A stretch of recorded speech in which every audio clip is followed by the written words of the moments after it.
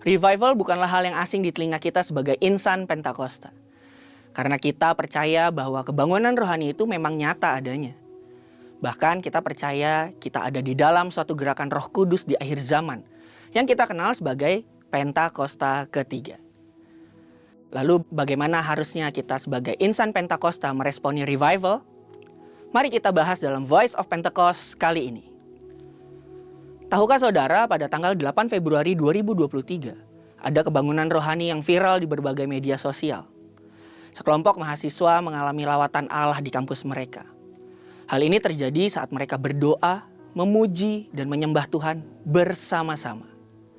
Bukankah ini mirip dengan apa yang terjadi di Kisah Para Rasul 2? Kejadian tersebut terjadi di Universitas Asbury, Kentucky, Amerika Serikat, yang pada akhirnya menyebar ke berbagai universitas lain di Amerika. Nah, yang menarik, kebangunan rohani yang serupa juga pernah terjadi di beberapa tempat lainnya. Yang pertama, The Wales Revival pada tahun 1904 di Wales. Yang kedua, The Azusa Street Revival pada tahun 1906 di Los Angeles, California. Yang ketiga, The Toronto Blessing di bulan Januari 1994 di Toronto, Kanada.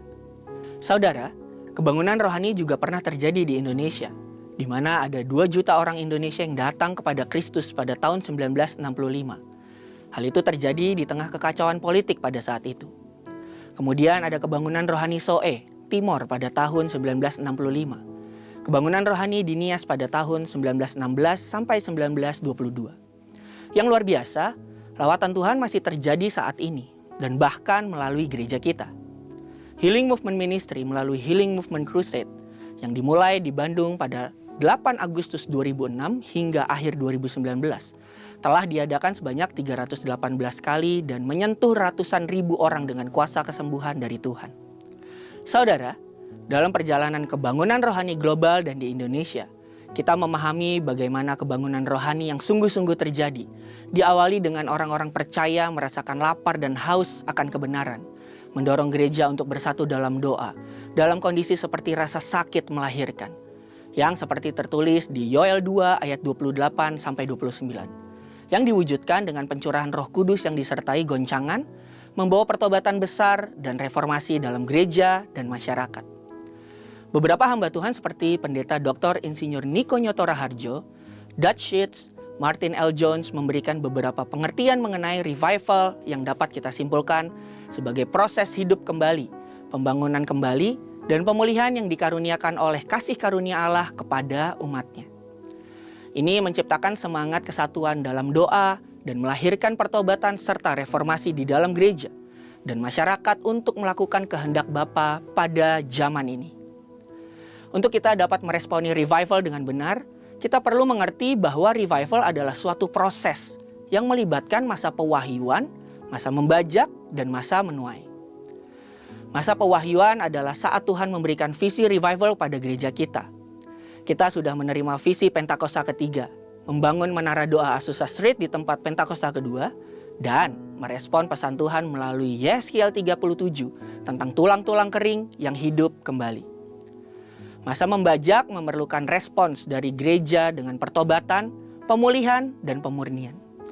Gereja harus menjaga api, kembali kepada kasih mula-mula, berdoa bersama, menghidupkan karunia Roh Kudus, memahami bahasa roh, dan setia dalam pemuritan.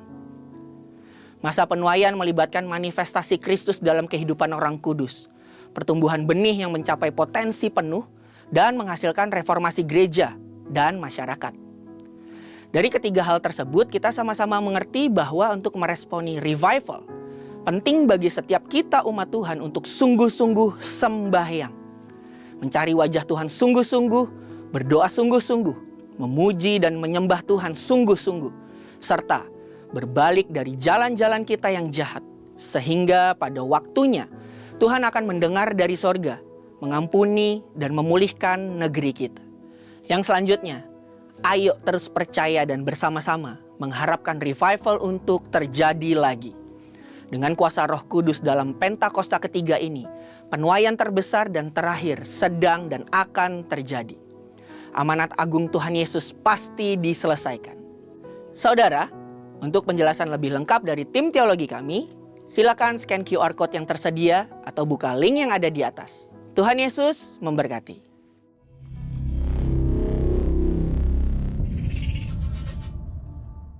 Puji nama Tuhan. Shalom Bapak Ibu Saudara. Sekali lagi katakan shalom. Beri tepuk tangan yang dahsyat buat Tuhan kita. Haleluya. Boleh sama-sama kasih salam depan kiri kanan belakangmu. Katakan selamat hari Minggu. Yuk bersuka cita hari ini. Haleluya. Bersama-sama kita siapkan hati kita di hadapan Tuhan pagi menjelang siang hari ini Bapak Ibu Saudara. Sama-sama saya ajak setiap kita berdoa. Mari sama-sama tundukkan kepalamu. Kita satukan hati kita di dalam doa. Terima kasih Tuhan Yesus, kami mengucap syukur Tuhan buat setiap kebaikan-Mu di dalam hidup kami. Engkau yang menyatakan Tuhan betapa setianya Engkau dan betapa hebatnya perbuatan tangan-Mu dalam hidup kami. Hari ini kami boleh ada adalah bukti bahwa Engkau Tuhan Allah yang berkuasa dalam hidup kami Bapa. Terima kasih Tuhan Yesus, terima kasih Tuhan, kami mengucap syukur buat setiap kebaikan-Mu yang boleh Engkau nyatakan terus dalam kehidupan kami. Pagi hari ini Tuhan, kami mau bawa pujian kami, penyembahan kami di hadapan-Mu ya Bapa. Engkau yang bertata ya Roh Kudus, Engkau yang hadir melawat setiap hati kami Tuhan. Terima kasih Tuhan Yesus, di dalam nama Tuhan Yesus. Mari sama-sama setiap kita katakan amin. Haleluya. Mari terus Bapak Ibu Saudara bawa hatimu di hadapan Tuhan. Engkau Allah Tuhan yang kami andalkan dalam setiap kehidupan kami Tuhan Yesus. Di segala musim ya Tuhan, Engkau Allah yang terus menopang setiap kami ya Bapa. Syaralabayata karalabayaralabayata kanabayaralabu. Terima kasih Tuhan Yesus. Mari Bapak Ibu Saudara sama-sama kita mau angkat pujian ini di hadapan Tuhan. Kita nyatakan Dia Tuhan yang setia. Terima kasih ya Tuhan Yesus. Engkau Tuhan yang setia, waktu-Mu selalu yang terbaik. Engkau Tuhan sandaranku,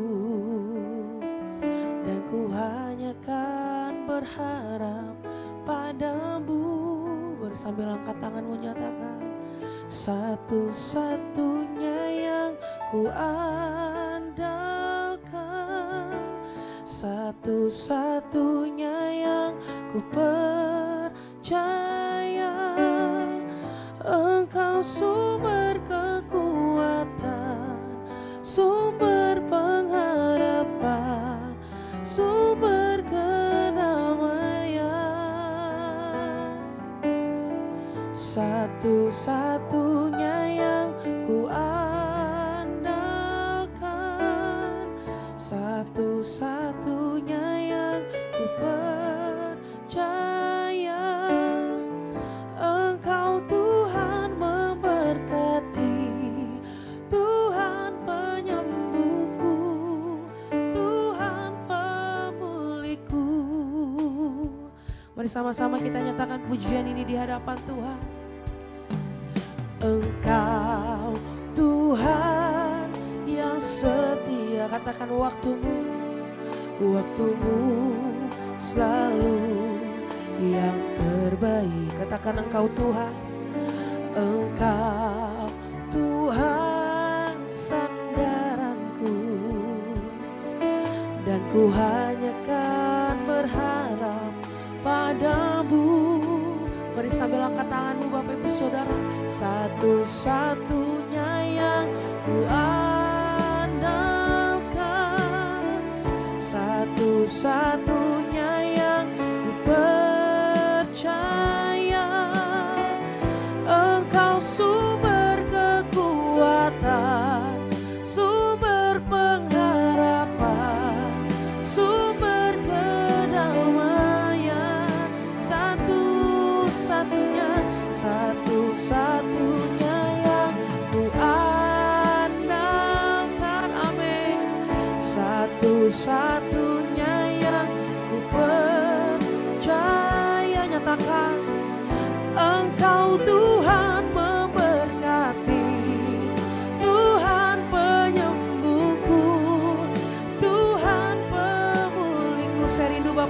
saudara sendiri nyatakan di hadapan Tuhan. Satu-satu Kau satu-satunya Tuhan yang kami percaya. Katakan Dia sumber kekuatan, Engkau sumber, Dia sumber pengharapan dalam hidupmu Bapak Ibu Saudara. Dia sumber kedamaian. Satu-satunya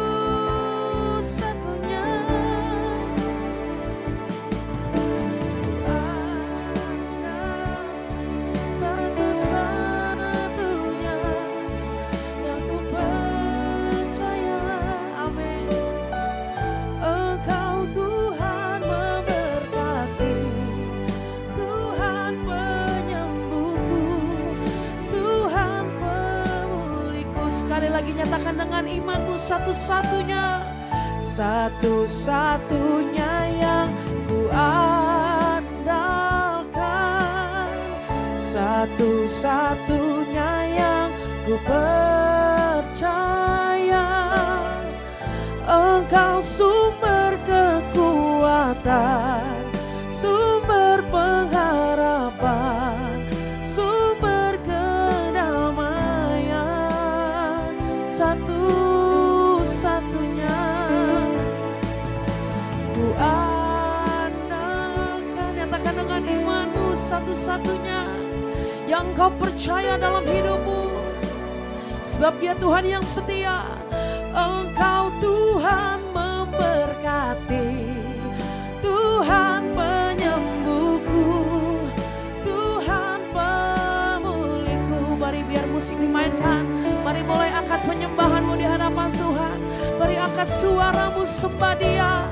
Engkau Tuhan yang kami terus andalkan, Engkau Tuhan sumber kekuatan kami, sumber pengharapan kami.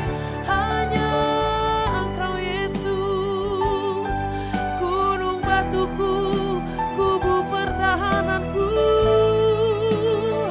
Kami sembah Engkau, kami tinggikan nama-Mu. Syaralaba ya seraralabo, hiararalaba ya ralabu. Mari terus sembah Dia, berikan pujian yang terbaik bagi Yesus yang setia. Syaralaba ya takaralaba ya ralabo, syanabaralaba ya takaralaba ya ralaba ya ralaba ya ralaba ya syanabaralaba ya ralaba.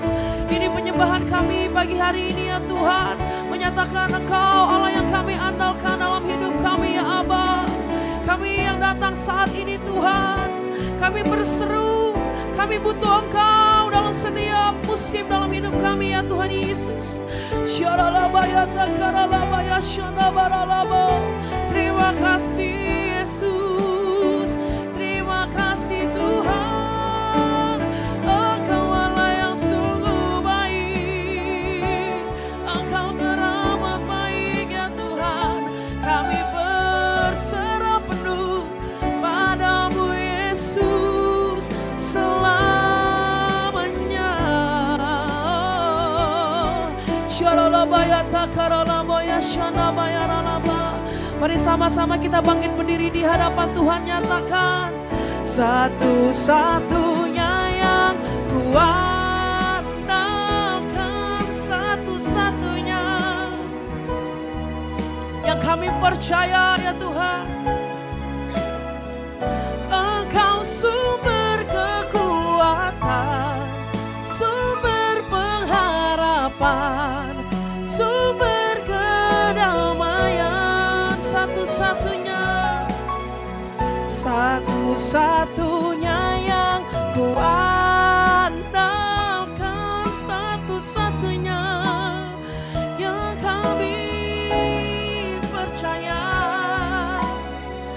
Engkau Tuhan memberkati, Tuhan penyembuhku, Tuhan pemulihku.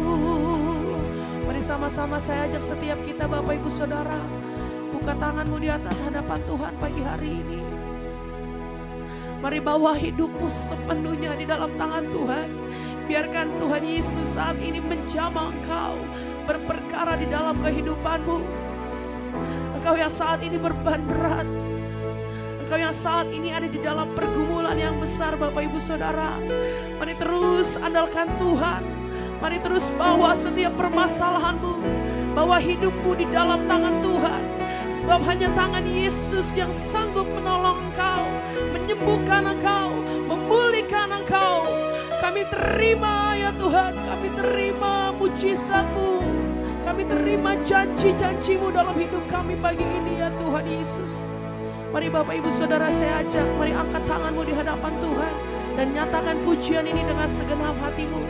Katakan Dia satu-satunya, satu-satunya yang ku andalkan, satu-satunya. Amin. Engkau sumber.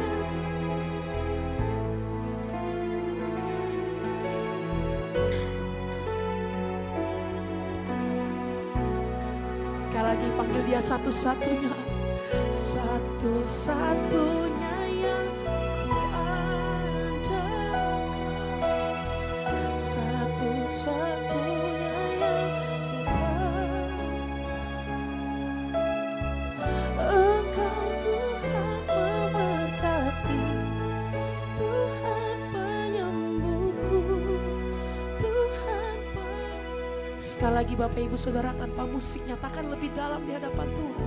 Satu-satunya yang ku andalkan, satu-satunya yang katakan Engkau sumber kekuatan. Kami nyatakan Tuhan. Amin. Sumber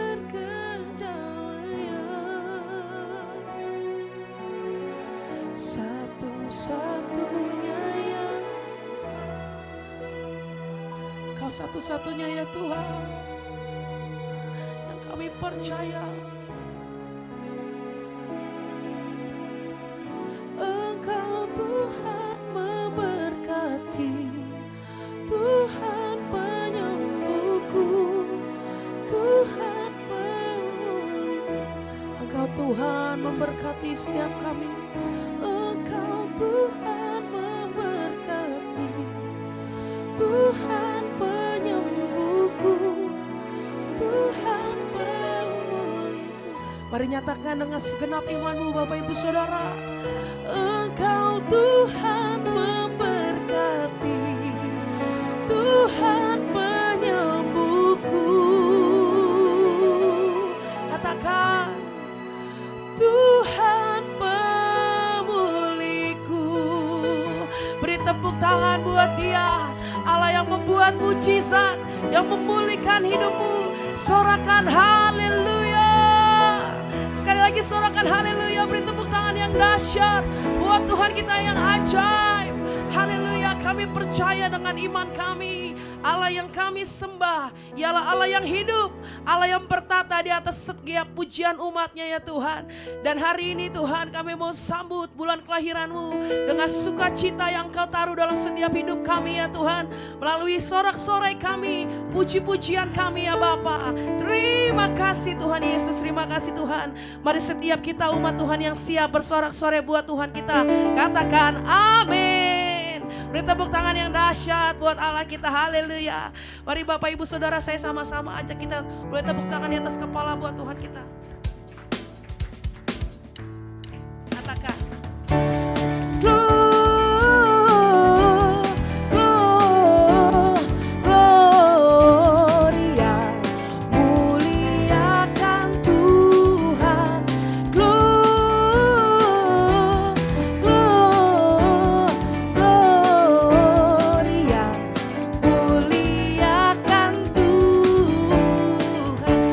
tepuk tangan, kita nyatakan dari pulau.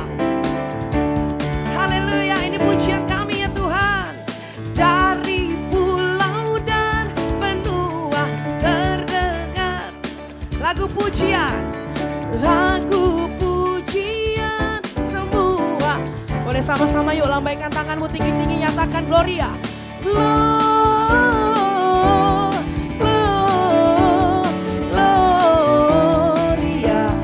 muliakan Tuhan.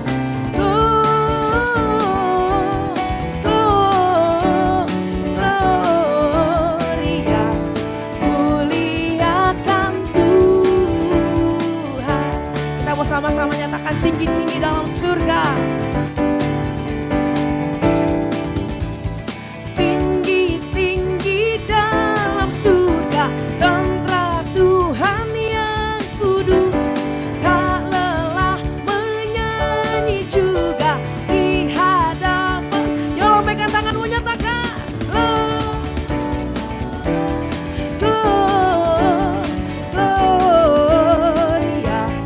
muliakan Tuhan.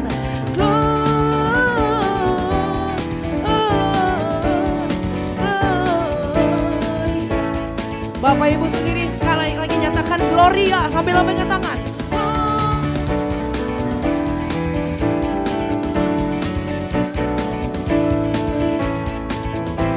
Bersama-sama kita nyatakan Gloria.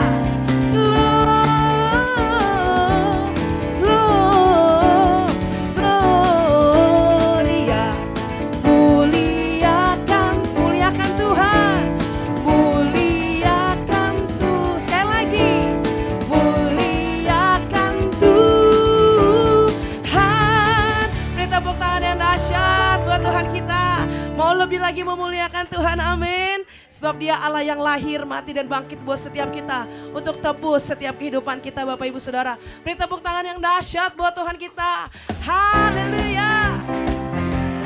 Kami nyatakan pujian ini Tuhan. Bapak Ibu Saudara boleh sama-sama menari buat Tuhan di tempat Bapak Ibu Saudara masing-masing. Haleluya. Mari sama-sama nyatakan. Dia lahir untuk kami, Dia mati untuk kami, Dia bangkit bagi kami semua. Dia itu Tuhan kami, Dia itu Allah kami, Dia Raja di atas segala raja.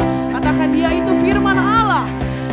Dia itu firman Allah yang turun ke bumi, yang jadi sama dengan manusia. Amin.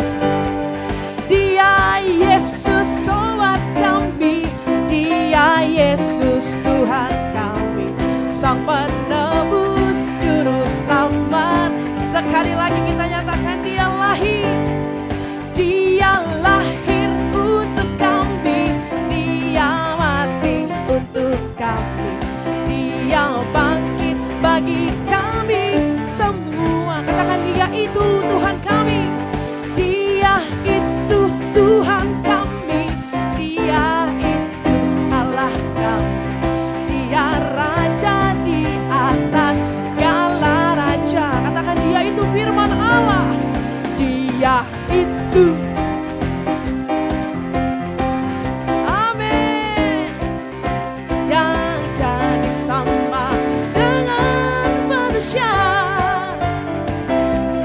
Dia Yesus sobat kami, Dia Yesus Tuhan kami, Sang Penebus Juru Selamat. Saya sama-sama ajak setiap kita menari buat Tuhan. Ayo come on, kasih tarian yang terbaik buat Tuhan kita. Haleluya. GBI GNR memuji Tuhan. Terima kasih Tuhan Yesus. Mari sama-sama boleh sambil angkat tanganmu tinggi-tinggi. Ikuti gerakan saya Bapak Ibu Saudara. Kita sama-sama mau katakan Dia itu firman Allah. Amin. Katakan Dia itu firman Allah yang turun ke bumi, yang jadi sama dengan manusia. Amin. Dia Yesus sobat kami, Dia Yesus Tuhan kami, Sang Penebus Juru Selamat dunia. Juru Selamat, Sang Penebus Juru Selamat dunia. Sekali lagi nyatakan, Sang Penebus Juru Selamat dunia. Dia Yesus Juru Selamat setiap kita, amin. Haleluya. Silakan duduk kembali Bapak Ibu Saudara. Terima kasih Tuhan untuk sukacita yang Tuhan boleh berikan di tengah-tengah setiap kami ya Bapak. Haleluya. Mari Bapak Ibu Saudara, kita akan sama-sama memberikan yang terbaik untuk persembahan umum pagi hari ini. Mari sama-sama siapkan persembahanmu di hadapan Tuhan. Kita akan berdoa untuk persembahan ini. Mari sama-sama kita satukan hati di dalam doa. Terima kasih Tuhan buat setiap pujian dan penyembahan yang boleh kami naikkan di hadapan-Mu ya Tuhan. Biar setiap pujian dan penyembahan ini boleh jadi dupa yang harum di hadapan-Mu Yesus. Dan menyenangkan hati-Mu ya Tuhan. Tuhan, saat ini kami akan memberi yang terbaik. Tuhan, berkati setiap persembahan ini untuk kami boleh terus memberkati tempat yang Tuhan percayakan buat setiap kami beribadah, yaitu GBI GNR Alamanda ya Tuhan. Terima kasih Tuhan, ini persembahan kami di dalam nama Tuhan Yesus. Haleluya, katakan amin. Selamat memberi Bapak Ibu Saudara, Tuhan Yesus memberkati. Oh Yesusku, Engkaulah Raja damai, Kau turun ke dunia, selamatkan manusia.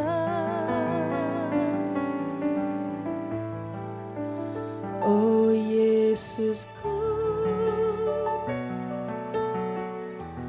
Kau Tuhan penuh kasih, Kau berikan hidupmu untuk tebus dosaku.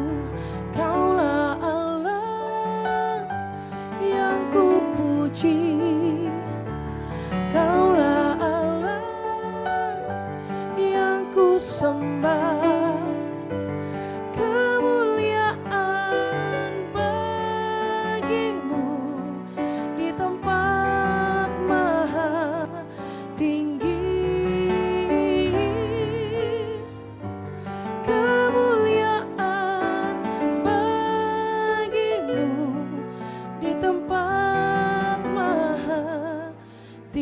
Mari Bapak Ibu Saudara siapkan hati. Kita akan masuk dalam kebenaran firman Tuhan pagi hari ini. Mari terus buka hatimu di hadapan Tuhan. Mari sekali lagi kita nyatakan pujian ini. Panggil dia, oh Yesusku. Oh Yesusku, Yesusku, Engkaulah Raja damai, Raja damai. Kau turun ke dunia, selamatkan manusia. Sekali lagi panggil dia, oh Yesusku. Oh Yesusku, Yesusku, Kau Tuhan penuh kasih, Kau berikan hidupmu. Terima kasih Tuhan Yesus, untuk tebus dosaku. Kaulah Allah yang ku puji, yang ku puji. Kaulah Allah yang ku sembah, yang ku sembah. Sambil angkat tangan nyatakan, kemuliaan bagimu di tempat maha tinggi. Kemuliaan bagimu di tempat maha tinggi. Mari sambil bangkit berdiri sama-sama nyatakan, kemuliaan bagimu. Kemuliaan bagimu di tempat maha tinggi. Kemuliaan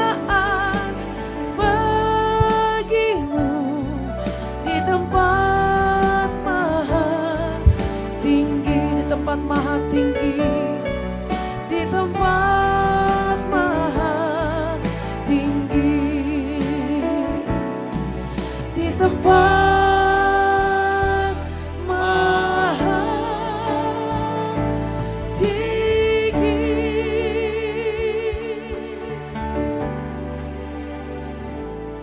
Kami bersyukur Tuhan, saat ini kami ada di tempat yang tepat.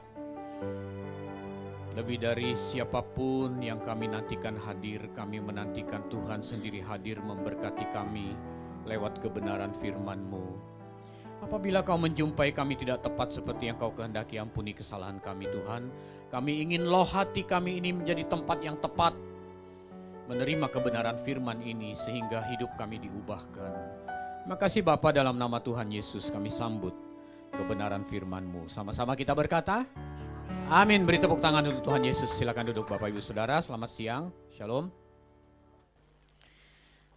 Bapak Ibu Saudara, kalau ada teman kita sedang menghadapi masalah gitu ya, berat, pergumulan, putus asa, biasanya kita memberikan kata-kata penghiburan. Kita berkata, kamu berharga di mata Tuhan gitu ya. Jangan takut, kamu tuh berharga. Apalagi kalau sampai dia mencoba untuk bunuh diri, biasanya kalimat ini yang kita keluarkan, kamu berharga. Nah, pagi siang ini saya mau ajak kita melihat lebih dalam, mengapa kita disebut berharga. Mengapa kita disebut berharga? Kita anak Tuhan Pak, orang di luar sana? Bukan Pak lah, terus letaknya di mana? Ada orang berpikir bahwa kita berharga di mata Tuhan karena fasilitas hidup. Karena keluarga kita baik, karena pasangan harmonis, karena anak-anak tumbuh dengan normal dan sehat, karena punya fasilitas rumah, karena Tuhan memberkati dengan kendaraan, karena hari depan terjamin, maka berharga. Bapak Ibu, saya mau bilang, semua itu baik, katakan amin. Semua itu baik, tapi letak berharganya manusia bukan terletak pada fasilitas dunia seperti itu. Kalau kita anak Tuhan berharga karena hal-hal itu, banyak orang di luar Kristen sana yang lebih memiliki fasilitas hidup yang lebih baik daripada kita. Betul Bapak Ibu ya? Kalau kita bilang kita berharga di mata Tuhan karena fasilitas hidup, orang di luar sana jauh banyak yang lebih berharga. Kalau gitu kita kurang berharga dong. Nah, di mana letak berharganya kita? Kita lihat Roma 3 ayat 23. Roma pasal 3 ayat 23 bilang begini. Karena semua orang telah berbuat dosa dan kehilangan kemuliaan Allah. Jadi kita disebut berharga karena kemuliaan Allah yang sejak semula yang diberikan kepada manusia, yang hilang karena dosa, dikasih lagi buat kita. Oleh karena kita meresponi karya keselamatan yang Tuhan kerjakan di atas kayu salib. Jadi kita berharga karena kita mengenakan kembali kemuliaan Allah yang hilang itu. Kan sejak semula waktu Allah menciptakan manusia, Allah itu menciptakan manusia dalam keadaan mulia loh. Benar Bapak Ibu? Mengapa manusia diciptakan mulia? Karena tidak ada dosa. Itulah sebabnya manusia itu disebut sebagai makhluk ciptaan yang segambar dan serupa atau serupa. Segambar. Jadi banyak orang bilang manusia itu adalah makhluk segambar dan serupa. Mari kita lihat benar apa enggak. Kejadian 1 ayat 26. Ini penciptaan manusia. Kejadian pasal 1 ayat 26. Berfirmanlah Allah, baiklah kita menjadikan manusia menurut gambar dan rupa kita supaya mereka berkuasa bla bla bla bla. Ini sudah diciptakan belum manusia nih? Belum ya? Baru dalam perencanaan. Allah mengadakan sidang ilahi, Allah berkata, marilah kita menjadikan manusia menurut gambar dan rupa. Ini perencanaan, belum produksi. Di Kejadian 1 ayat 27, maka Allah menciptakan manusia menurut gambarnya. Menurut gambar Allah diciptakannya dia, laki-laki dan perempuan diciptakannya mereka. Ini penciptaan, ayat 27. Jadi manusia itu sebenarnya makhluk segambar serupa atau hanya segambar dengan Allah. Berdasarkan kebenaran firman Tuhan, manusia itu makhluk segambar. Kok cuma segambar? Kok nggak serupa? Waktu merencanakan, Tuhan mau merencanakan manusia itu segambar dan serupa. Kok waktu diciptakan cuma segambar? Jangan-jangan yang nulis kitab Kejadian ini lupa kali gitu. Nah, mari kita bedah Bapak Ibu. Segambar dengan diri Allah itu maksudnya adalah unsur-unsur yang ada dalam diri Allah, Allah kasih buat manusia. Unsur apa itu? Pikiran, perasaan, dan kehendak. Allah kita, Allah yang punya pikiran, punya perasaan, dan punya kehendak. Waktu dia menciptakan manusia, dia bikin manusia itu segambar, makanya dikasih pikiran, perasaan, dan kehendak. Dalam bahasa Ibrani itu zelem. Itu kesegambaran, gambar diri Allah. Allah tidak menciptakan manusia serupa dengan dirinya. Karena keserupaan dengan diri Allah menjadi tanggung jawab kita masing-masing. Apa itu keserupaan? Demut dalam bahasa Ibrani artinya kualitas dari 3 unsur tadi. Kualitas pikiran, kualitas perasaan, dan kualitas kehendak bebas. Menjadi tanggung jawab manusia masing-masing, menjadi tanggung jawab Adam dan Hawa. Kalau manusia dibikin segambar dan serupa, udah nggak ada cerita lain udah. Semua manusia yang diciptakan tuh Allah semua, serupa dengan Allah segambar, kualitasnya semua sama. Tapi manusia diciptakan segambar, kualitasnya menjadi tanggung jawab manusia. Bagaimana caranya? Mendengar Allah berfirman di Taman Eden, Adam dan Hawa mengerti, lalu melakukan. Terus, makanya di kitab Kejadian kita suka ketemu berfirmanlah Allah, berfirmanlah Allah, berfirmanlah Allah. Adam dan Hawa mendengar, mengerti, melakukan. Mendengar, mengerti, melakukan. Terus berprogresif bertumbuh sampai titik tertentu menjadi serupa dengan gambar diri Allah. Ini belum terjadi Bapak Ibu. Mereka sudah keburu jatuh dalam dosa. Itu masalah besar. Belum kejadian, belum serupa dengan gambar diri Allah, udah jatuh dalam dosa. Nah, bagaimana caranya bisa menjadi serupa dengan gambar diri Allah? Di Kejadian 1 ayat 28, Allah memberikan 2 panggilan untuk manusia. Supaya melalui 2 panggilan ini manusia bertumbuh menjadi serupa dengan diri Allah. Berfirmanlah Allah, lihat. Kejadian 1, Allah memberkati mereka. Lalu Allah berfirman kepada mereka, ini panggilan yang pertama. Beranak cuculah dan bertambahlah banyak. Panggilan apa ini Bapak Ibu? Panggilan untuk hidup berkeluarga dalam pengertian sempit, dalam pengertian luas, panggilan untuk hidup berkomunitas. Jadi Anda bergereja di sini nih bukan sekedar menuin bangku, tapi memenuhi panggilan Allah. Karena manusia adalah makhluk sosial yang tidak bisa hidup sendiri. Manusia itu harus berkomunitas. Kita bergereja, kita mengikuti kegiatan-kegiatan ada dalam gereja maupun di dalam kelompok RT RW itu memang memenuhi panggilan Allah yang mulia. Dalam pengertian sempit beranak cuculah adalah panggilan hidup berkeluarga. Menikah, membentuk keluarga. Itulah sebabnya dalam keluarga kita, dalam komunitas kita, Allah harus dimuliakan di dalamnya. Mengapa? Karena ini panggilan yang mulia. Kebayang gak sih waktu Allah menciptakan manusia, selesai dia menciptakan manusia, perintah atau panggilan pertama kali atau pembicaraan pertama Allah dengan manusia itu Allah mau manusia membentuk keluarga. Jadi keluarga itu keluarga yang luar biasa. Saya tuh suka ngomong begini Bapak Ibu. keluarga adalah anugerah terindah kedua setelah keselamatan yang Tuhan berikan pada kita. Saya tuh suka ngomong begitu. Betul. Itulah sebabnya kita menjalankan hidup berkeluarga kita itu Allah harus dimuliakan. Kalau orang mengerti prinsip ini, gak ada yang namanya saling bohong, saling mendustai, apalagi sampai selingkuh, gak ada. Kalau orang paham hal ini. Tapi kan banyak orang gak ngerti. Menikah itu karena usia sudah cukup, udah tua, orang tua mendesak, pingin punya anak. Lihat orang lain menikah, kepingin. Dulu saya juga kalau ditanya menikah ya karena udah cukup usia mau menikah. Orang-orang juga semua menikah gitu.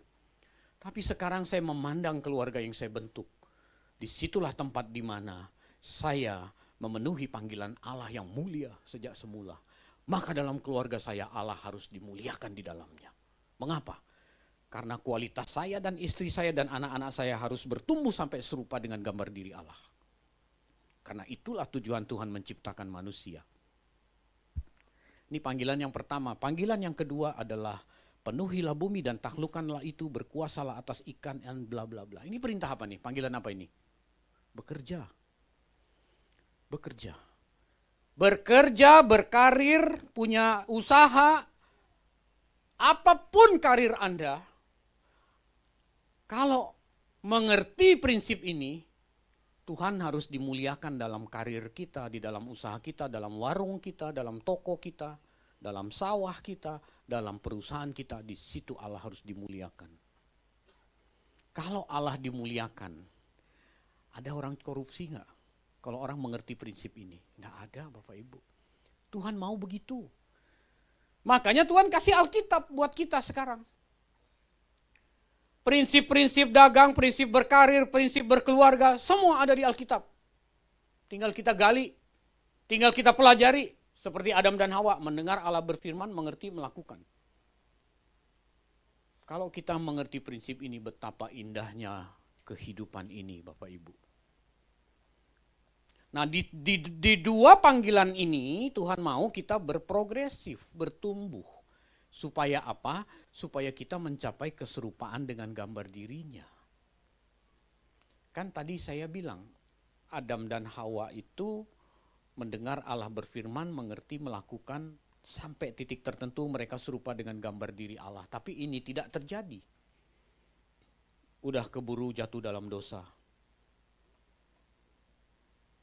Cuman kabar gembiranya buat kita adalah 2000 tahun yang lalu Tuhan Yesus datang. Allah yang Maha Agung berkenan berinkarnasi menjadi manusia. Dan dia memberikan sebuah teladan hidup sempurna yang dikehendaki oleh Allah Bapa di surga. Seharusnya itu diperagakan oleh Adam dan Hawa. Tapi gak keburu, udah jatuh dalam dosa. Semenjak manusia jatuh dalam dosa, Tuhan mengutuk manusia, Tuhan mengutuk bumi. Sejak saat itu, manusia kehilangan kemuliaan Allah. Manusia yang semula diciptakan dalam keadaan semulia, kehilangan kemuliaan Allah. Tadi Roma 3 ayat 23 berkata, semua manusia kehilangan kemuliaan Allah. Tapi Tuhan Yesus kembalikan. Dia memperdamaikan kita dengan Allah Bapa.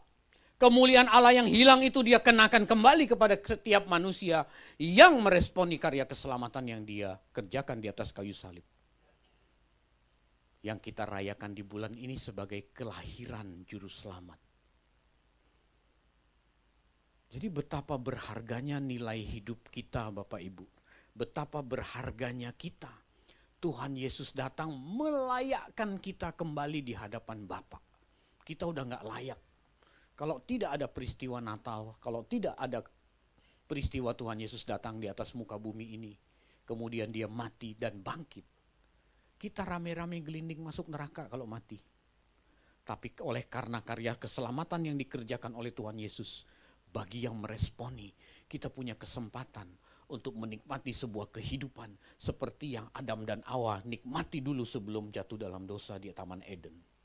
Itulah sebabnya di kitab Wahyu kita menjumpai, di surat Petrus juga kita menjumpai bahwa Tuhan cipta ulang langit yang baru, bumi yang baru. yang kualitasnya pasti sama dengan kualitas bumi kita ini sebelum manusia jatuh dalam dosa. Waktu selesai menciptakan bumi, Tuhan berkata semua sungguh amat baik. Termasuk bumi ini sungguh amat baik. Tapi ketika dia mendapati Adam dan Hawa berdosa, dia mengutuk bumi ini. Itulah sebabnya sejak saat itu sampai sekarang bumi ini bukan hunian yang ideal buat manusia.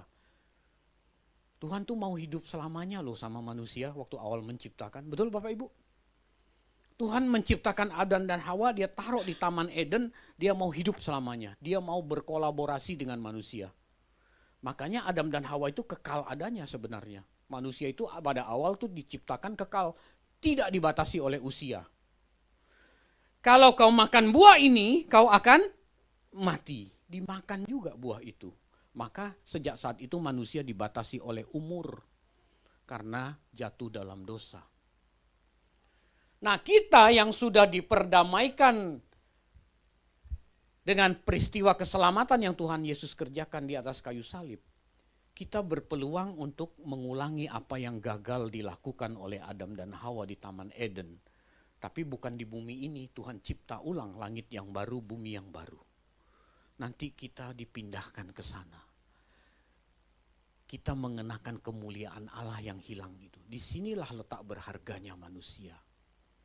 Keberhargaan manusia tidak dinilai dari aksesoris yang kita miliki. Keberhargaan manusia tidak dinilai dari berapa banyak jabatan yang kita miliki.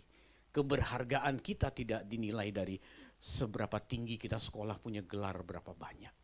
Keberhargaan kita tidak dinilai dari seberapa banyak kita punya kenalan relasi dengan pejabat negeri. Tidak. Tapi manusia lihat itu Pak, saya tahu manusia melihat itu. Hebat ya orang itu ya, rumahnya 2, mewah, mobilnya banyak, mobilnya mewah gitu. Wah hebat. Terus kita minder, kapan ya aku kayak gitu gitu. Terus kita merasa dia berharga gitu. Ini pandangan yang keliru Bapak Ibu. Orang dunia boleh punya pandangan seperti itu, tapi anak-anak Tuhan tidak boleh punya pandangan seperti itu. Karena keberhargaan kita di mata Tuhan itu karena kemuliaan Allah yang hilang karena dosa dikenakan kembali dalam kehidupan kita. Itulah sebabnya kita disebut serupa dengan gambar diri anaknya. Roma 8:29 kita lihat. Roma 8:29.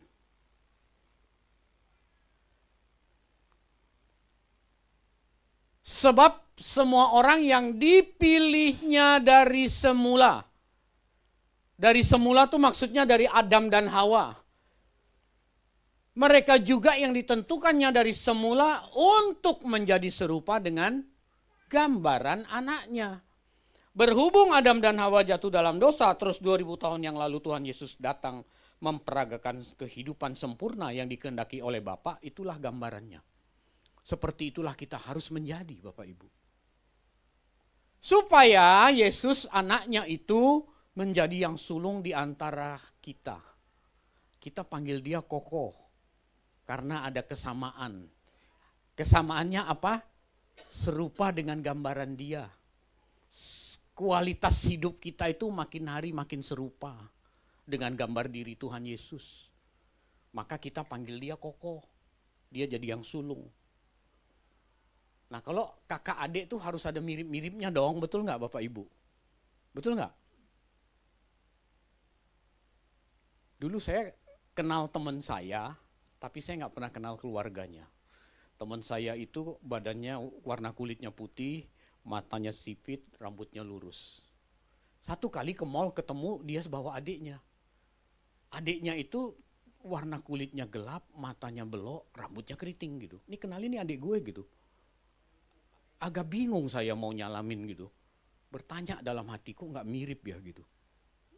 Kok nggak mirip ya gitu. Dibilang adiknya kok nggak mirip ya. Bapak Ibu ini Paulus tulis kita tuh, Tuhan Yesus tuh kokoh sulung kita loh.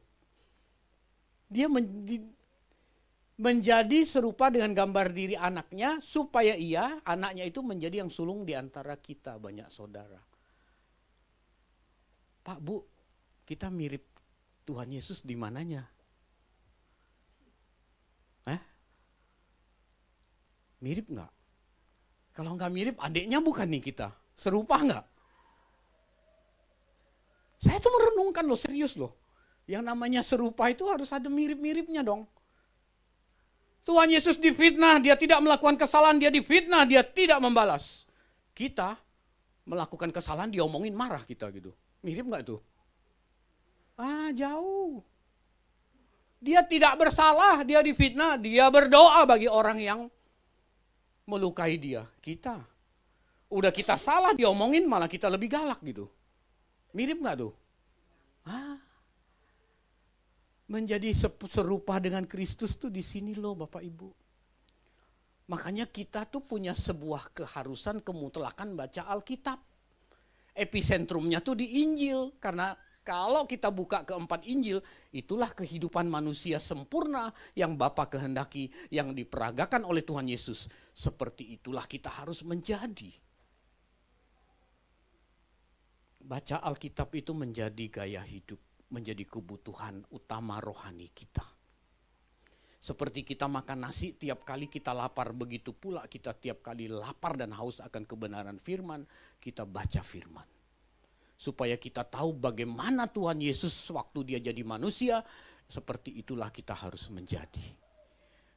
Ada amin Bapak Ibu. Jangan tunda-tunda gitu loh. Tiap malam, wah iya ya Pak Pendeta bilang baca Alkitab, tapi udah ngantuk, udah dah besok, masih ada besok gitu. Nanti besok mau ingat mau baca Alkitab lagi, tunda lagi. Ntar hari Minggu kok ada di gereja pendeta bacain buat kita gitu. Bapak Ibu jangan sampai kita kehilangan kesempatan baca Alkitab. Lalu orang rame-rame bacain buat kita. Itu pun cuma satu ayat. Dari debu kembali menjadi debu gitu. Anda udah mati, udah gak punya kesempatan gitu. Selagi kita punya kesempatan, kita harus bergiat, belajar, pahami seperti Adam dan Hawa. Mendengar Allah berfirman, mengerti, melakukan. Baca Alkitab, mengerti, melakukan. Baca Alkitab, mengerti, melakukan. Sampai titik tertentu kita menjadi serupa dengan gambar diri anaknya. Sampai kapan Pak? Kita gak pernah tahu. Tapi kita punya tujuan, kita dipindahkan ke langit baru, bumi baru. Jangan sampai kesempatan itu hilang Bapak Ibu Saudara. Wah Pak, kok kayak jadi usaha kita Pak, masuk surga Pak gitu. Loh memang, Filipi 2 ayat 12 Paulus berkata, kerjakan keselamatanmu dengan takut dan gentar. Tuhan Yesus telah menyelamatkan kita. Tapi ada bagian tanggung jawab kita yang harus kita kerjakan. Anak kita lapar tuh gak bisa tiba-tiba kenyang gitu. Dia harus menghampiri meja makan, dia harus buka tunjung saji, dia harus ambil nasi, dia harus ambil lauk, dia harus masukkan dalam mulutnya, dia harus kunyah. 36 kali kunyah, satu suap, sampai sepiring itu habis baru dia kenyang, betul? Begitu pula keselamatan, Tuhan Yesus sediakan keselamatan. Dia berkorban di atas kayu salib. Tapi ada bagian yang harus kita kerjakan. Filipi 2 ayat 12 berkata, kerjakan keselamatanmu dengan takut dan gentar. Ada bagian kita Bapak Ibu. Nah Bapak Ibu Saudara, peristiwa Natal ini membuat kita semua menjadi layak di hadapan Tuhan. Tadinya kita tidak layak karena dosa. Tapi Tuhan Yesus memperdamaikan hubungan kita dengan Allah Bapa. Tadinya terhalang karena dosa. Tuhan datang, dia memperdamaikan kita dengan Allah Bapa. Lalu kemuliaan Allah yang hilang itu diberikan kembali untuk kita dikenakan kembali. Maka kita berharga di mata Tuhan. Maka kita menjadi layak di hadapan Tuhan. Itulah sebabnya Bapak Ibu Saudara, yang namanya keselamatan tuh bukan sekedar dibaptis jadi Kristen, terus nanti mati otomatis masuk surga, terhindar dari neraka. Itu buah dari keselamatan. Keselamatan adalah sebuah karya agung Allah untuk mengembalikan kita pada rancangannya semula. Semula dia merancang mau hidup kekal bersama manusia, tapi manusia jatuh dalam dosa. Sekarang Tuhan Yesus datang, dia tebus semua dosa kita, dia layakkan kita kembali. Nah inilah keselamatan, sebuah proses panjang yang Allah kerjakan supaya kita nanti hidup kekal, kembali kepada rancangannya yang semula bersama Allah, Bapa di surga. Itu keselamatan Bapak Ibu Saudara. Jadi, keberhargaan manusia terletak pada kemuliaan Allah yang hilang itu dikasih lagi buat kita. Keberhargaan kita tidak terletak pada aksesoris yang kita miliki. Betul Bapak Ibu? Betul? Tapi kita suka salah. Kita menghargai orang tuh dari sesuatu. Wah, sampai kagum gitu. Saya pakai jam tangan, gak kelihatan ya. Saya pakai jam tangan. Tapi kalau nilai diri saya ditentukan oleh jam tangan ini, celaka saya. Ada orang yang punya jam tangan beberapa, tapi ada satu yang termahal, dia rasa nilai dirinya tuh menjadi bernilai kalau dia pakai yang mahal. Kalau dia pakai yang murah, kurang bernilai dilihat orang. Ada di sini orangnya, boleh angkat tangan? Kita salibkan rame-rame di sini. Ada orang yang merasa dia bernilai karena aksesoris. Coba kalau jam tangannya saya pakein ke monyet, monyetnya bernilai nggak? Tetap aja monyet kan? Jadi bernilainya seseorang bukan karena aksesoris. Wah, kalau orang beli mobil baru, apalagi kalau mau nunjukin ke orang gitu dia punya mobil baru, kalau turun dari mobilnya tuh aduh gayanya. Ampun dah, nilai dirinya ditentukan dari mobilnya itu gitu. Tapi kalau pakai mobil taksi online turunnya jauh-jauh gitu supaya nggak dilihat orang gitu. Udah ada sini aja, belum nyampe Pak, titiknya belum nyampe, nggak apa-apa sini aja. Sono teman-temannya lihat gitu. Nilai diri seseorang tuh sering ditentukan oleh aksesoris, padahal bukan itu. Waktu kita mati nanti nggak ada yang kita bawa Bapak Ibu, betul? Paling-paling Anda cuma bawa gigi palsu yang ada emasnya gitu. Itu pun kalau orang tahu ada emasnya bisa digali orang kuburmu. Nah ada yang kita bawa Bapak Ibu. Semua kita tinggalkan. Saya bukan ngajarin kita pesimis hidup, bukan. Tapi saya mau menjelaskan bahwa kita dilayakkan oleh Tuhan Yesus itu karena kita berharga. Kenapa kita berharga? Karena kemuliaan Allah yang hilang itu dikenakan kembali. Tuhan waktu menciptakan manusia, dia menghembus napas hidup ke dalam hidung manusia. Maka manusia itu menjadi makhluk hidup. Tuhan taruh rohnya di dalam diri manusia. Kepada makhluk lain Tuhan tidak taruh. Tapi roh ini menjadi mati karena dosa. Itulah sebabnya Tuhan Yesus datang, dia pulihkan kembali. Roh ini menjadi hidup kembali. Kemudian kita dikasih bonus Roh Kudus. Fungsi utama Roh Kudus itu menuntun orang percaya kepada segala kebenaran.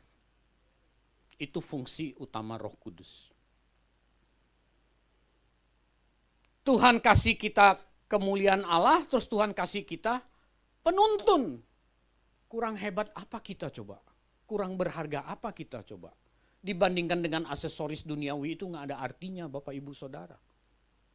Maka keberhargaan kita adalah terletak di kita punya kesempatan untuk mengulangi sesuatu yang gagal diperagakan oleh Adam dan Hawa di suatu hari di langit baru, bumi baru. Tuhan perkenan kita boleh hidup bersama dia kekal di sana. Dalam bahasa orang awam masuk surga gitu.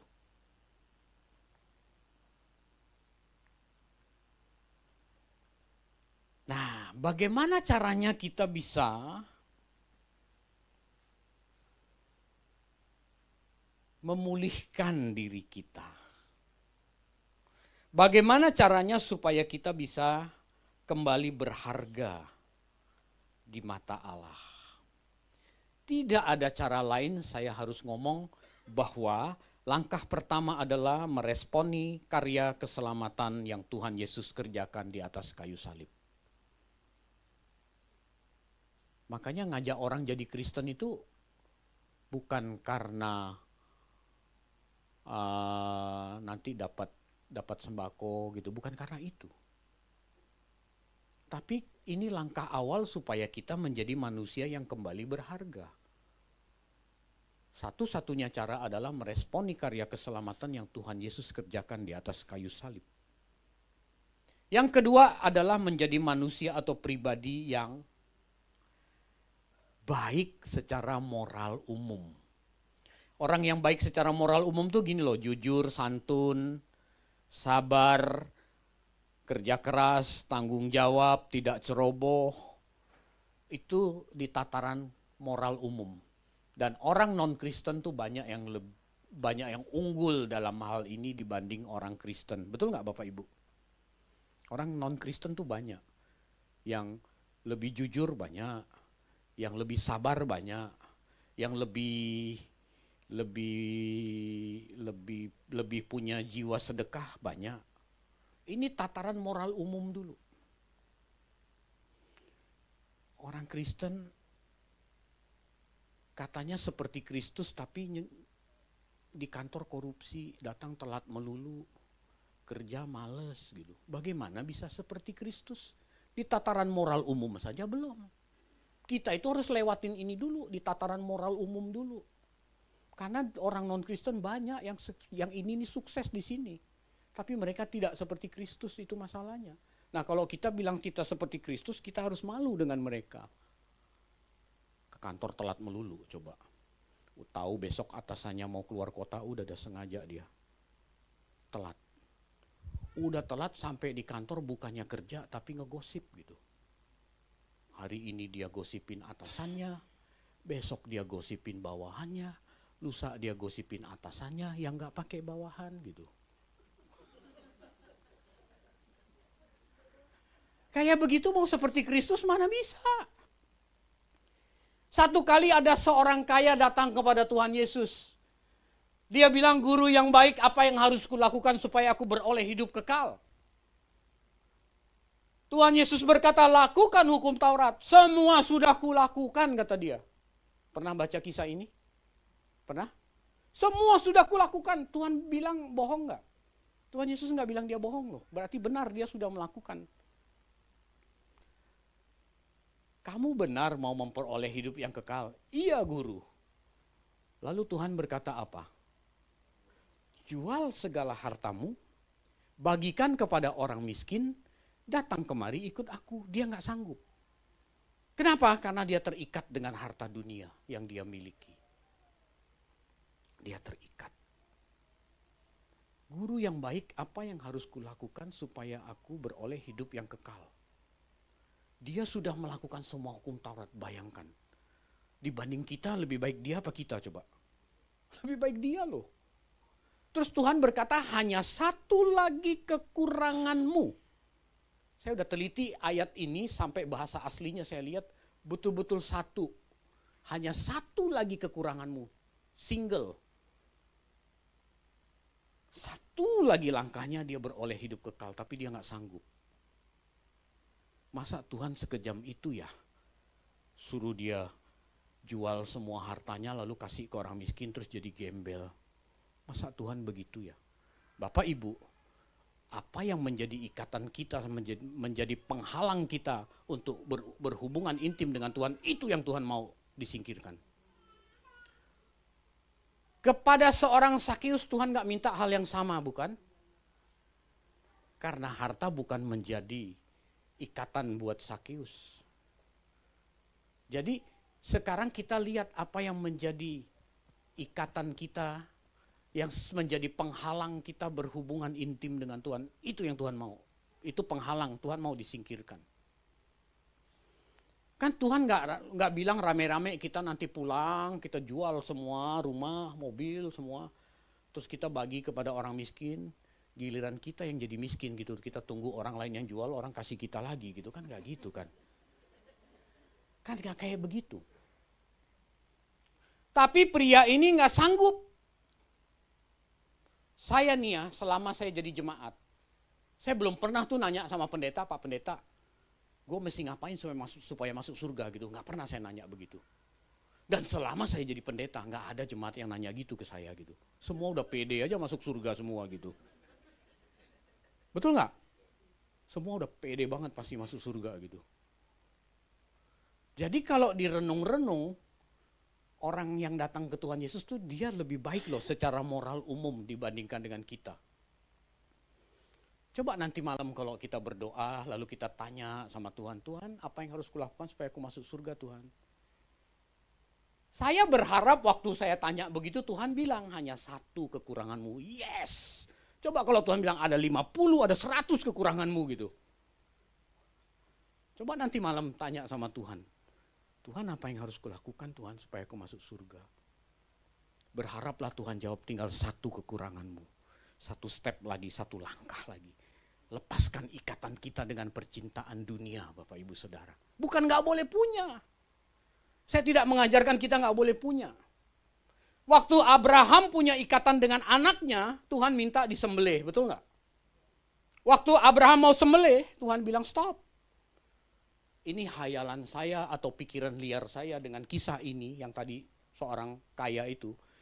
Mungkin ketika dia mau lakukan Tuhan juga berkata stop, aku cuma menguji. Mungkin. Tapi makna rohani buat kita hari ini adalah seberapa banyak harta yang kita miliki. Jangan taruh hatimu di situ. Kumpulkan harta di surga. Karena di surga tidak ada karat, tidak ada ngengat, tidak ada pencuri yang mencuri. Di mana hartamu berada, di situ hatimu berada. Mungkin Anda menatap saya dengan curiga, Anda berkata, Pak Pendeta, saya mau tidak punya ikatan terhadap harta dunia. Bagaimana caranya Pak Pendeta? Nanti kalau kamu beli aset, beli rumah, beli mobil, bikinlah nama istrimu, jangan namamu. Di situ hartamu berada, di situ hatimu berada gitu. Jadi kau nggak kawin lagi gitu.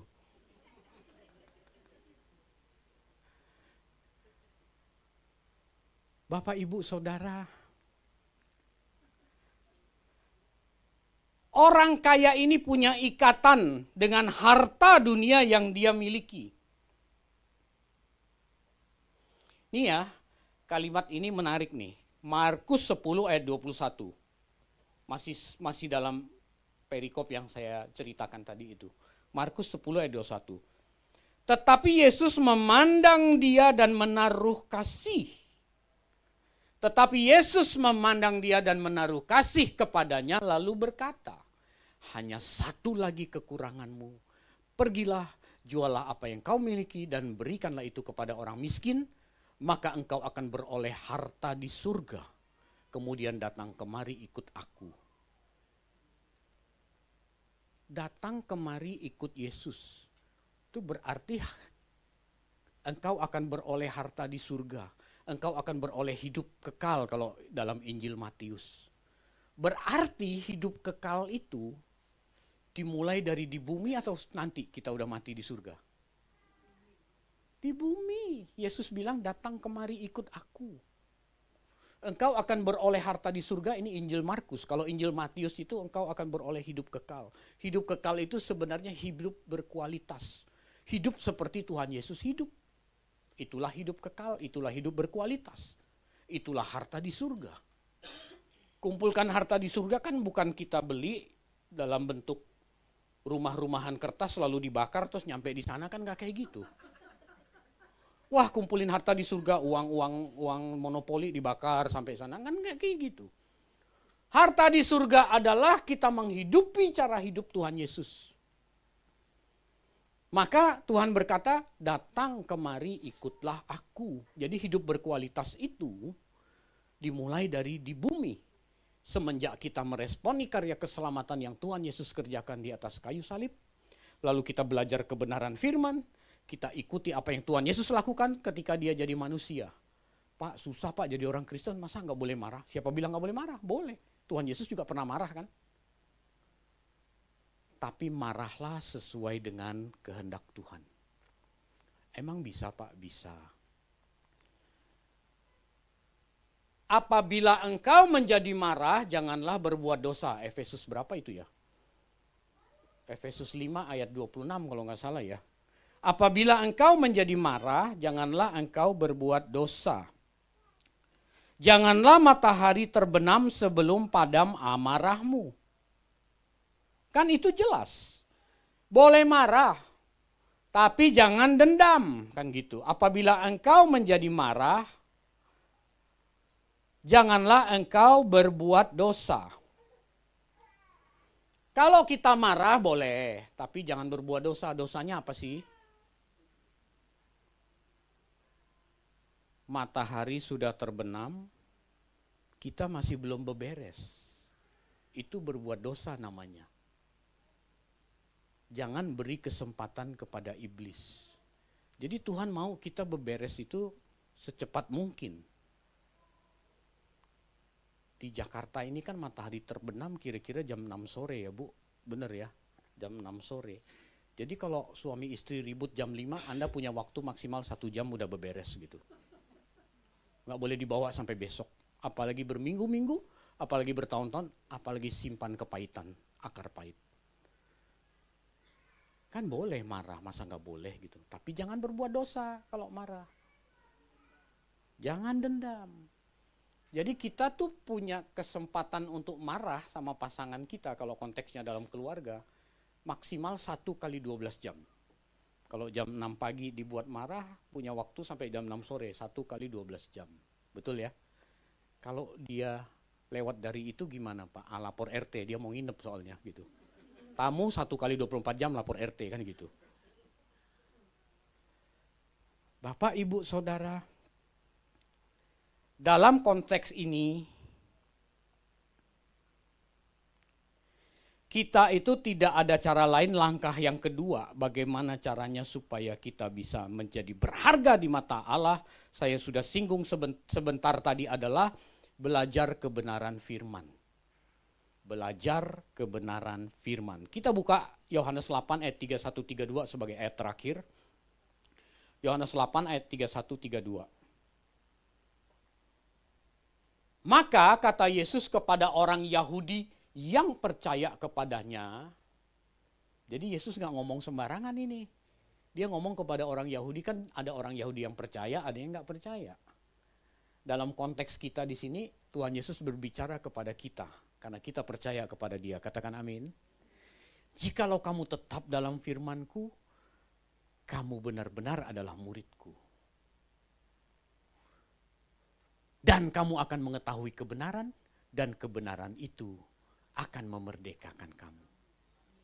Jikalau kamu tetap dalam firman-Ku, maka kamu disebut murid. Nah, sekarang kita murid apa tidak nih? Kita kulitin diri kita masing-masing. Kalau disebut murid itu berarti tetap dalam firman. Apa sih maksudnya tetap dalam firman? Dalam bahasa asli Alkitab, tetap dalam firman, bahasa Yunani, meno. Itu bahasa Yunani, meno. Artinya apa? Continue stay. Tinggal menetap terus-menerus. Apa sih tinggal menetap terus-menerus dalam firman itu gimana sih? Rutin baca firman, mengerti dan melakukan. Itu tetap dalam firman. Baca, ngerti, melakukan. Seperti Adam dan Hawa tadi itu loh di Taman Eden. Baca, ngerti, melakukan, baca, mengerti, melakukan. Itu namanya tetap dalam firman. Baru kita disebut murid. Ayo, selama ini kita murid Tuhan bukan? Kita boleh ngaku-ngaku jadi muridnya, tapi Tuhan merasa kita jadi muridnya enggak? Itu masalahnya Bapak Ibu. Kalau kita tetap dalam firman, maka kita akan tahu kebenaran. Karena Tuhan menjadi guru dalam kehidupan kita. Kalau kita tahu kebenaran, maka kebenaran itulah yang membuat kita merdeka dari perbudakan dosa. Jangan mau lagi kita diperbudak oleh dosa. Karena kita sudah dilayakkan oleh Tuhan. Karena kita sudah menjadi berharga di mata Tuhan. Jangan mau lagi kita diperbudak oleh kuasa kegelapan. Bapak Ibu, melalui momen Natal di bulan Desember ini, mari kita bangkitkan kembali kesuaman hidup kekristenan kita yang mungkin kita alami selama ini.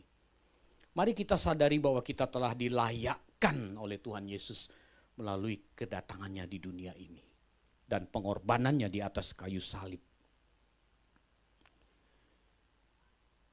Mari kita sadari bahwa kita sudah diperdamaikan oleh Tuhan Yesus dengan Allah Bapa di surga. Mari kita bergiat, mari kita bergairah, mari kita bersemangat mengerjakan keselamatan yang sudah kita peroleh, supaya kita menjadi umat yang siap menyongsong bumi yang baru, langit yang baru, sehingga kita hidup kekal bersama Allah dalam kekekalan itu. Amin untuk kebenaran firman Tuhan siang ini. Tundukkan kepala, mari kita berdoa. Bapa, kami mengucap syukur untuk firman yang sudah kami dengar. Tuhan, jadikan firman ini hidup dalam kehidupan kami, Tuhan. Hamba telah berhenti berbicara, tapi hamba percaya Roh-Mu yang kudus terus berbicara dalam hati setiap kami, memberikan pemahaman yang lebih dalam, lebih detail kepada kami, agar firman ini sungguh kami mengerti, kami pahami, dan kami hidup di dalamnya, sehingga kami tetap dalam firman. Terima kasih Bapa, dalam nama Tuhan Yesus kami berdoa dan mengucap syukur. Sama-sama kita bilang, amin. Berikan tepuk tangan untuk Tuhan Yesus. Diberkati dengan kebenaran firman Tuhan, amin saudara. Sama-sama kita mau bilang terima kasih Bapak Pendeta Beni. Yuk 1, 2, 3. Terima kasih Bapak Pendeta Beni untuk kebenaran firman-Nya. Tuhan Yesus memberkati berlimpah-limpah. Baik Bapak Ibu Saudara, sebelum kita memberikan persembahan, saya ingin menyambut dan menyapa, adakah Bapak Ibu yang baru pertama kali hadir di ibadah raya kedua GBI GNR Alamanda? Boleh lambaikan tangan. Kita rindu menyambut Bapak Ibu Saudara yang baru pertama kali hadir. Ada yang baru pertama kali hadir?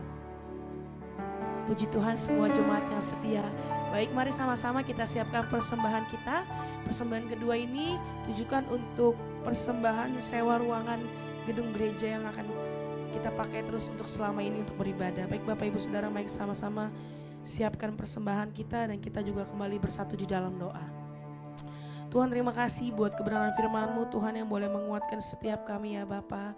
Terima kasih Tuhan Yesus, Tuhan terus pakai hamba-Mu Tuhan untuk boleh melayani Tuhan, memberitakan Injil kebenaran-Mu ya Bapa.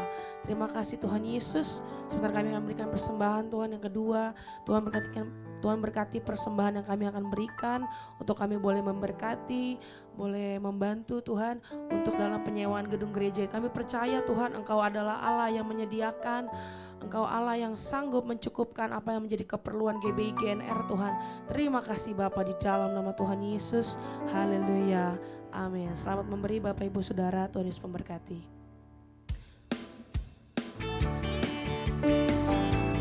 Jadilah pemenang dalam segala hal, Tuhan bersamamu, Tuhan di pihakmu. Bangkitlah pemenang dan jadilah terang bagi dia sekarang dan selamanya. Bagi dia sekarang dan selamanya. Bagi dia sekarang dan selamanya. Terima kasih buat setiap persembahan Bapak Ibu Saudara. Tuhan Yesus berkati berlimpah-limpah. Baik, sama-sama kita akan saksikan video pengumuman sepekan. Tuhan Yesus memberkati. Shalom Bapak Ibu sekalian dikasih Tuhan. Selamat datang di Gereja GBI GNR Alamanda. Kami mengucapkan selamat datang di gereja ini, dan kami juga menyambut untuk setiap jemaat yang baru pertama kali hadir di tempat ini. Untuk diketahui, kami memiliki 2 kali ibadah di setiap hari Minggu, yaitu jam 8 pagi dan jam 10 pagi. Dan setiap ibadah disertai dengan ibadah juga untuk anak-anak sekolah minggu. Tentunya Bapak Ibu bisa membawa anak-anaknya untuk beribadah bersama-sama. Dan Bapak Ibu sekalian, juga di jam 12.30 kami mengadakan ibadah untuk anak muda, ibadah youth. Kami undang untuk setiap anak-anak muda untuk dapat beribadah bersama. Ya, kami bisa melakukan untuk puji-pujian, fellowship, dan tentunya mendengarkan dan belajar tentang firman Tuhan. Biar anak-anak muda, kami percaya, harus bangkit menjadi seorang pemenang. Anak-anak muda harus terus dipakai Tuhan untuk kemuliaannya. Bapak Ibu sekalian, untuk setiap hari Rabu, kami mengadakan ibadah umas di tempat ini jam 10 pagi hingga jam 12 siang. Saya undang Oma Opa untuk bisa dapat berkumpul di tempat ini, kita berfellowship, kita memuji Tuhan, kita menyembah Tuhan, dan juga mendengarkan firman Tuhan yang akan menguatkan setiap langkah hidup kita. Dan kita boleh saling mengenal satu sama lain, tentunya memiliki komunitas yang baik untuk dalam usia saat ini. Bapak Ibu sekalian, juga di setiap hari Kamis kami mengadakan ibadah kelompok sel atau yang kita kenal dengan KUL. Setiap hari Kamis malam dan hari Jumat jam 7 malam sampai jam 9 malam. Ya, ingat ada 2 kali, hari Kamis dan hari Jumat. Kita dapat fellowship, sharing firman Tuhan, saling berdiskusi tentang kebenaran firman Tuhan, membahas tentang Alkitab yang pernah kita dengar dan juga firman yang kita dengar, supaya kita saling berdiskusi dan bertanya jawab, saling mengenal satu sama lain, tentunya untuk pertumbuhan rohani kita. Dan setiap hari Sabtu pagi jam 6 sampai jam 7 pagi kita mengadakan ibadah atau doa pagi di tempat ini. Saya undang juga Bapak Ibu sekalian yang dapat bergabung di doa pagi setiap jam 6 sampai jam 7 pagi. Juga Bapak Ibu sekalian yang ingin menabur untuk pekerjaan Tuhan, kita sudah sediakan amplop yang tersedia dan juga ada melalui QRIS maupun mesin ATM, mesin edisi yang sudah tersedia. Dan Bapak Ibu bisa lihat di sebelah ini adalah QRIS yang Bapak Ibu bisa scan untuk mentransfer untuk persembahan Bapak Ibu, baik perpuluhan, baik persembahan umum atau untuk kegiatan gereja lainnya. Dan saya percaya kita akan diberkati berlimpah-limpah. Demikian Bapak Ibu sekalian, mata jemaat, dan kalau ada pertanyaan silakan Bapak Ibu bisa menghubungi pelayan atau pekerja di belakang. Tuhan Yesus memberkati kita semua dan shalom. Puji nama Tuhan, kita semua diberkati dengan kebenaran firman Tuhan. Sekali lagi kami mengucapkan terima kasih kepada Pak Pendeta Beni. Tuhan memberkati Bapak. Mari sebelum kita akhiri ibadah kita pagi hari ini, kita akhiri dengan doa syafaat. Saya undang dengan kasih, semua boleh cepat berdiri. Terima kasih Abah, terima kasih Tuhan, Kau baik, Kau dahsyat, Engkau luar biasa. Kami mengucap syukur Tuhan, Kau ada bersama kami pagi hari ini di sini Tuhan. Terima kasih Tuhan, terima kasih Yesus. Kami Tuhan diberkati dengan kebenaran firman-Mu Tuhan, kami diberkati dengan puji-pujian Tuhan. Biarlah Tuhan semuanya kami kembalikan untuk hormat kemuliaan nama-Mu Bapa di dalam nama Tuhan Yesus. Terima kasih Bapa, terima kasih Tuhan, kami ucap syukur Tuhan untuk anak-Mu, hamba-Mu Tuhan, Bapak Pendeta Beni yang menyampaikan isi hati-Mu. Kebenaran firman-Mu Tuhan yang mengubahkan paradigma kami bahwa kami semua berharga Tuhan di mata-Mu. Tuhan, bahwa semuanya Tuhan telah Engkau kembalikan Tuhan dengan pengorbanan-Mu, dengan kelahiran-Mu Tuhan, dan bahkan dengan kebangkitan-Mu Tuhan. Kemuliaan-Mu Tuhan dinyatakan atas hidup kami Tuhan. Terima kasih, berkati Pak Pendeta Beni Tuhan, bahkan keluarganya Tuhan Kau berkati Tuhan, dan juga pelayanannya Tuhan, pekerjaan usahanya Engkau Tuhan yang membuatnya berhasil. Hikmat pewahyuan yang dari Tuhan, Tuhan tambah-tambahkan atasnya Bapa di dalam nama Tuhan Yesus. Engkau Tuhan yang memberkati. Bapak, kami mengucap syukur juga Tuhan kalau pagi hari ini Tuhan kami boleh menaikkan puji-pujian yang menyenangkan hati-Mu Bapa di dalam nama Tuhan Yesus. Engkau memberkati Tuhan worship leader kami dan imam musik kami Tuhan. Engkau pakai mereka lebih lagi Tuhan untuk memuliakan nama-Mu Tuhan. Dalam pelayanannya, dalam studi pekerjaannya Tuhan, semua Engkau yang memberkati mereka berlimpah-limpah Bapa di dalam nama Tuhan Yesus. Terima kasih Bapa, terima kasih Tuhan. Kami mengucap syukur Tuhan untuk gereja ini Bapak GBI Gatot Subroto Tuhan. Kau memberkati Tuhan pembina rohani kami Tuhan, Bapak Insinyur Niko, bahkan keluarga besarnya, wakilnya Tuhan, bahkan seluruh gembala-gembala rayon, gembala ranting cabang khusus Tuhan, bahkan sampai kepada gembala kul Tuhan. Kau memberkati gereja kami ini Bapak.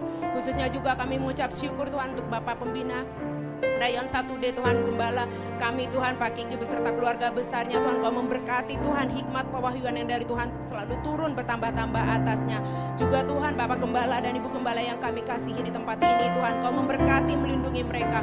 Kekuatan Tuhan, kesehatan yang sempurna Tuhan tambah-tambahkan atas mereka. Bahkan keluarga besarnya Tuhan ada dalam perlindungan Tuhan, pelayanannya, usahanya Tuhan yang memberkati Bapak di dalam nama Tuhan Yesus. Kami mengucap syukur Tuhan, Kau baik, Kau dahsyat, Kau luar biasa biasa untuk seluruh pengerja yang Tuhan boleh pilih di tempat ini.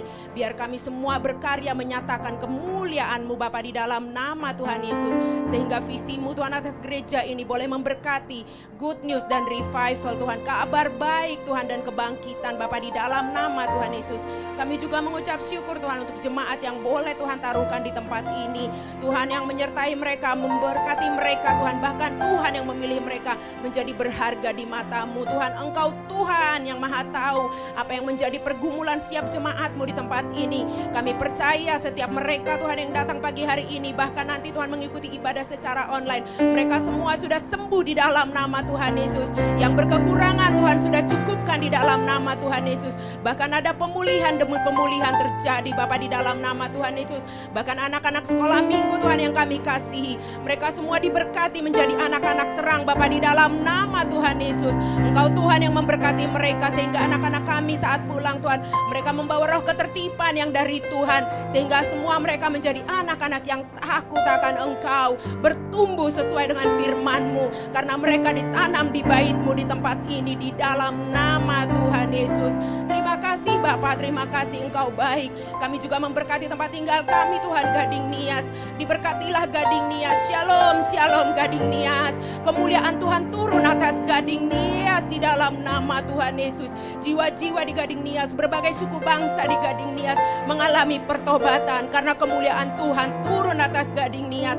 Terang Tuhan turun atas Gading Nias. Kedamaian yang dari Tuhan, damai sejahtera Natal ada pada Gading Nias yang membuat Gading Nias diberkati, jiwa-jiwa diberkati, seluruh Tuhan berbagai suku bangsa, berbagai generasi di Gading Nias diberkati Tuhan. Ada keselamatan di Gading Nias di dalam nama Tuhan Yesus. Dan ucap syukur untuk kota kami Jakarta, diberkatilah Jakarta di dalam nama Tuhan Yesus. Shalom, shalom Tuhan. Tuhan, Kau juga memberkati mengawal bangsa kami di masa-masa pemilu Tuhan. Engkau Tuhan yang menetapkan Tuhan setiap partai Tuhan, ada roh kedamaian di dalam hati mereka, ada kebenaran firman Tuhan, kemerdekaan ya, kebenaran yang memerdekakan Tuhan bangsa ini Bapa. Segala roh-roh anarkis, perpecahan Tuhan, roh-roh apapun yang bukan datangnya dari Tuhan, semuanya sudah dihancurkan, dipatahkan di dalam nama Tuhan Yesus. Bahkan sebelum Tuhan masa akhir pemerintahan Bapak Presiden dan Wakil Presiden beserta seluruh jajaran aparat pemerintahan, Tuhan memberkati mereka,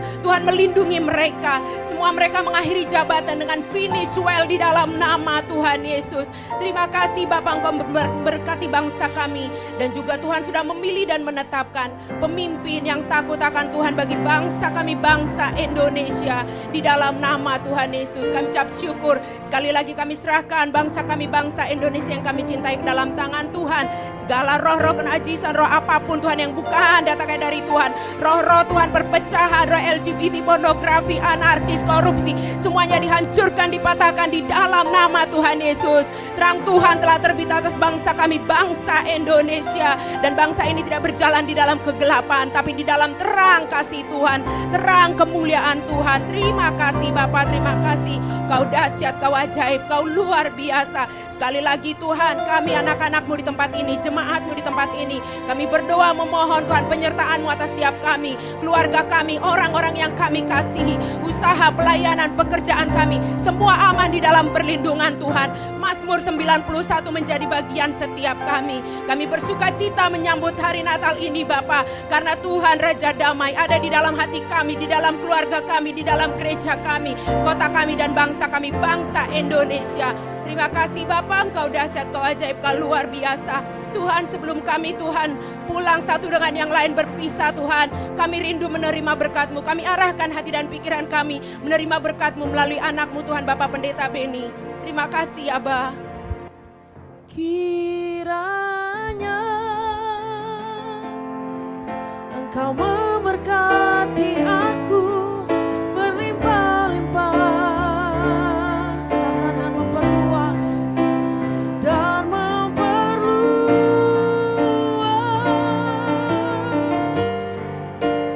daerahku,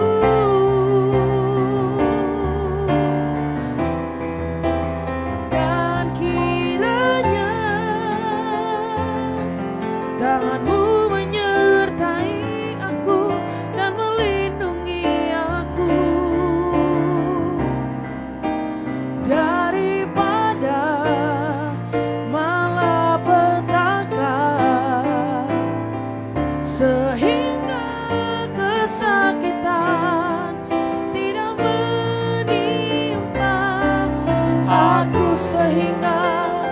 sehingga kesakitan tidak menimpa aku. Jemaat kasih Tuhan, mari angkat tangan kita. Kekasih-kekasih Allah, pulanglah. Terimalah damai sejahtera, berkat yang berlimpah-limpah daripada Allah Bapa, Putra, dan Roh Kudus melalui Tuhan Yesus Kristus yang akan memulihkan keadaanmu, baik ekonomimu, keluargamu, maupun kesehatanmu. Mulai hari ini dan sampai kedatangannya yang kedua kali, bahkan sampai selama-lamanya. Kita yang diberkati, sama-sama katakan, Amin. Selamat hari Minggu, Tuhan Yesus memberkati. Selamat hari Minggu Bapak Ibu Saudara, Tuhan Yesus memberkati.